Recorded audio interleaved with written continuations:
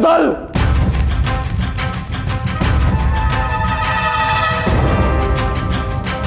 तुमने फारस की ललकार को स्वीकारा। इसका अर्थ ये नहीं कि हमारे पौरव राजसभा में तुम्हारी हुंकार गूंजेगी, हुंकार गूंजेगी, हुंकार गूंजेगी, हुंकार गूंजेगी, हुंकार गूंजेगी। अब यदि एक कदम भी आगे बढ़ाया तो हम सुनिश्चित करेंगे कि इसी राजसभा में तुम्हारी समाधि बने।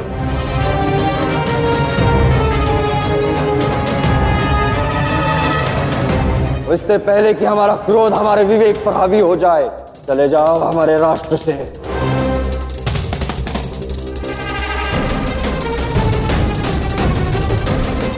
कनिष्क, अतिथि को इसी क्षण विदा करो।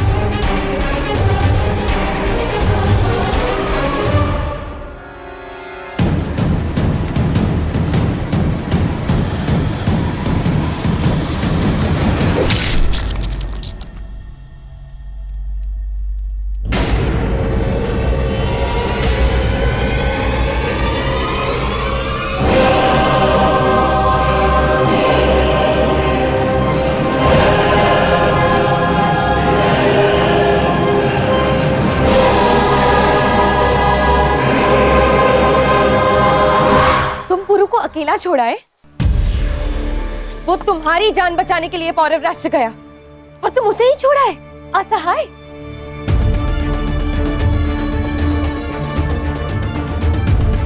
तो तुम जानती थी कि पुरु पौरव राष्ट्र गया है? हाँ, मैं जानती थी।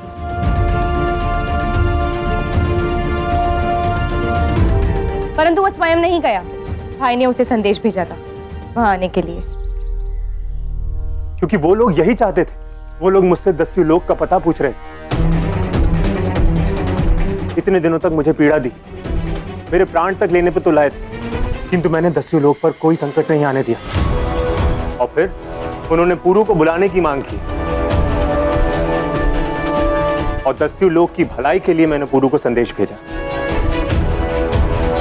अर्थात पुरु उस विक्षिप्त महिला को लेकर पौरव राष्ट्र गया है? हाँ, उन्हें वो महिला चाहिए थी। न जाने क्या संबंध था। उस महिला को लेने के पश्चात ही उन्होंने मुझे छोड़ा।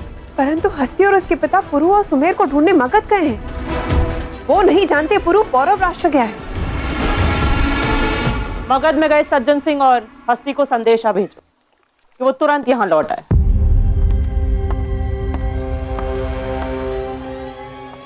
और सुमेर के उपचार के लिए वैद्य को संदेश भेजो। हस्ती, सज्जन काका, भाई, सबके विषय में सोचा आपने, परंतु पुरु का क्या मां?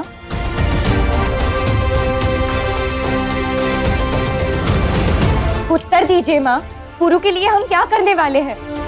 हमें उसकी मदद करनी होगी। वो वहां अकेला है। बस लाची,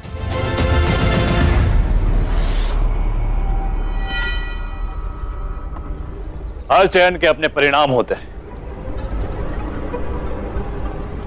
पुरु ने हमें बिना बताए पौरव राष्ट्र जाने का चयन स्वयं किया है, तो इसीलिए उसका परिणाम वो स्वयं भुगतेगा।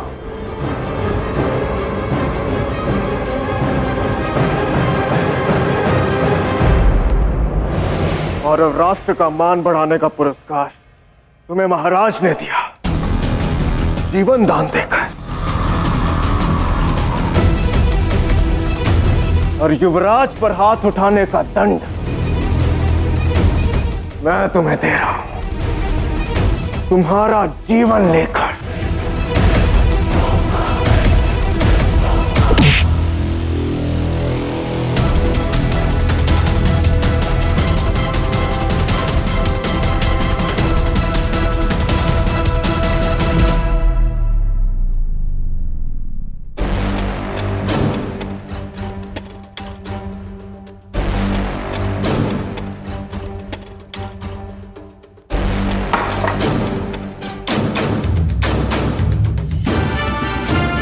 देश पर प्रहार नहीं सहता मैं, और न ही पीठ पर।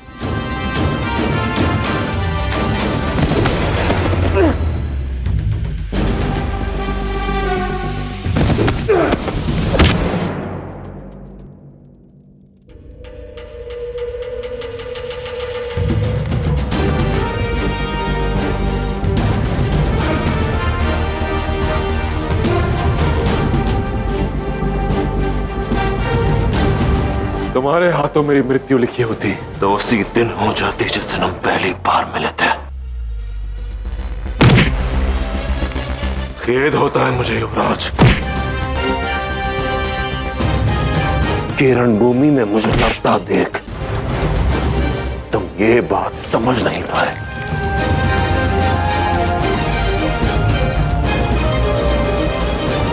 कि पुरु को मारना इतना सरल नहीं, या ये कहूं कि असंभव है। परंतु तुम्हें फिर से धूल चटाने में मुझे कोई कठिनाई नहीं होगी।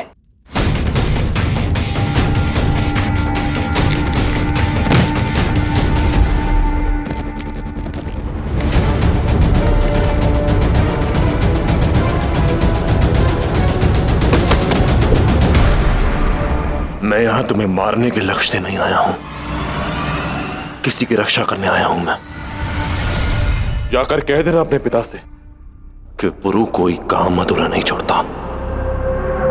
मैं उस महिला को अपने साथ लेकर ही जाऊंगा, मुझे कोई नहीं रोक पाएगा, तुम्हारे पिता महाराज बन्नी भी नहीं।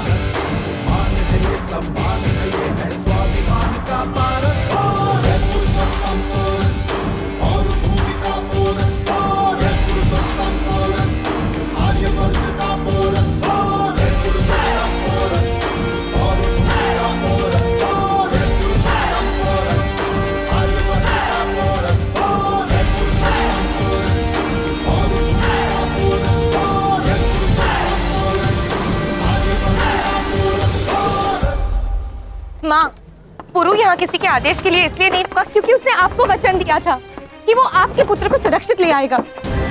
माँ, पुरु ने आपके पुत्र को संकट से बचाया है और अब आप उसके लिए कुछ नहीं करेंगी। सबसे बड़ा संकट तो स्वयं पुरु है। क्या आवश्यकता थी उसे तासो को यूं पौरव राष्ट्र छोड़कर आने की? पुरु गया था परमार्थ के लिए और तुम फंसे अपने स्वार्थ के लिए। यदि तुम उस रत्न के लिए वापस नहीं जाते ना तो ये संकट कभी आता ही नहीं भाई। पुरु ने अपना काम पूर्ण किया है।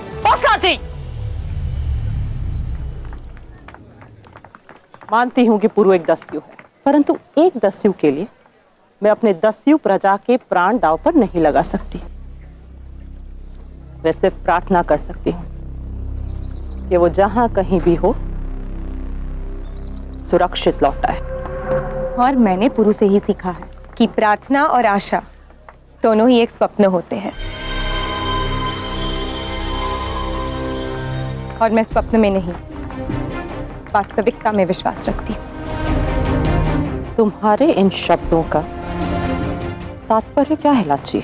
यही कि जो अपनों की रक्षा के लिए स्वयं के प्राणों को संकट में डाल सके, जब उसके प्राण संकट में हो तो हमें प्रयास करने में कोई हिचकिचाहट नहीं होनी चाहिए।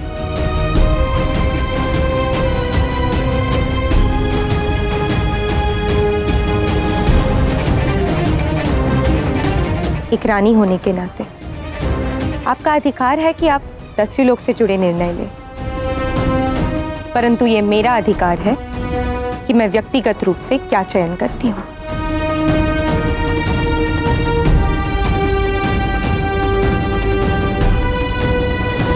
मैं इसी समय पुरु की सहायता के लिए जा रही हूँ।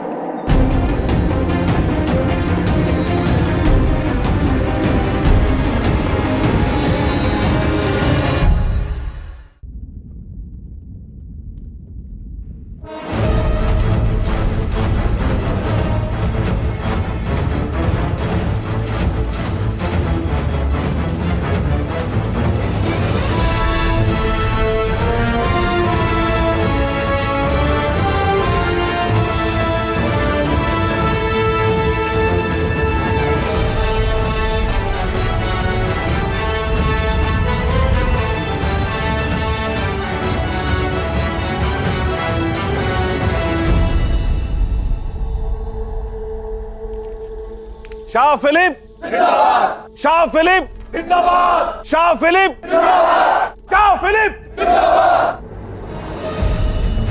अब आप लोग दिल थाम लीजिए।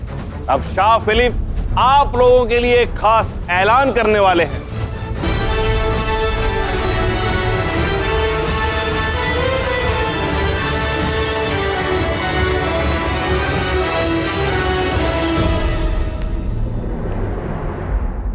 फिर से अपनी आवाम के बीच आकर अच्छा लगा। जंग में होश खोने से पहले एक अच्छी खबर मिली कि अलेक्जेंडर की वजह से हमने कैरोनिया की जंग जीती। अब बेहोशी टूटने के बाद मैं आप सबको एक खुशखबरी देना चाहता हूं। मैं मैसेडोनिया को एक तोहफा देना चाहता हूं, जश्न की एक वजह देना चाहता हूं, एक नई शुरुआत का। वक्त आ गया है उसके इस्तकबाल का जो शख्स मेरे बगल में मैसेडोनिया का आने वाला कल बनकर खड़ा होगा।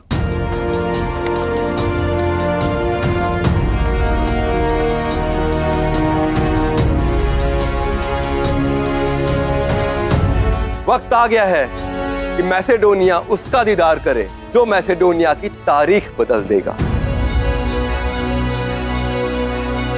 तो इस्तकबाल कीजिए मैसेडोनिया की होने वाली नई मल्लिका का, क्लियोपेट्रा।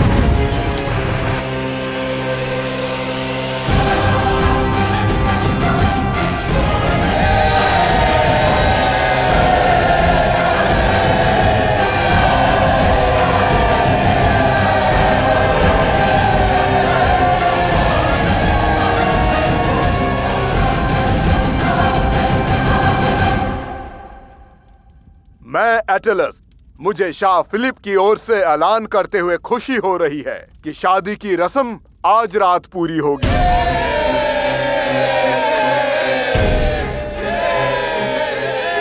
आपसे इल्तिजा है कि आप सब रस्म में शामिल होकर इस जश्न को और बढ़ाएंगे।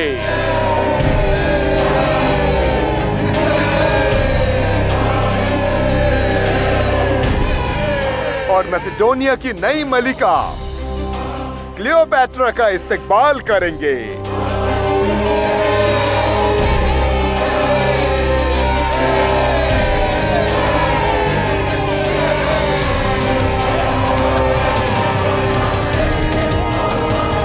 जश्न के लिए आज रात का इंतजार क्यों? जश्न शुरू हो।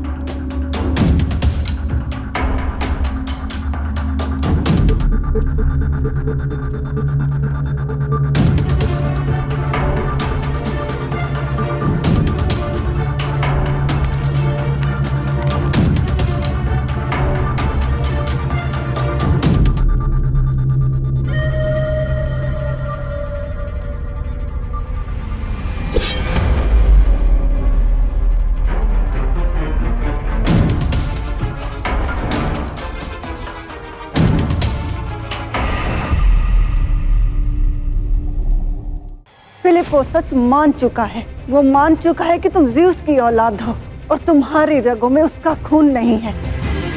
हम उस महिला से मिलना चाहते हैं। पुरु को उस महिला में ऐसी क्या रुचि है जिसके लिए उसने अपना जीवन तक दांव पर लगा दिया। रहस्य का अंत अब बस उस महिला से भेंट पर ही खुलेगा।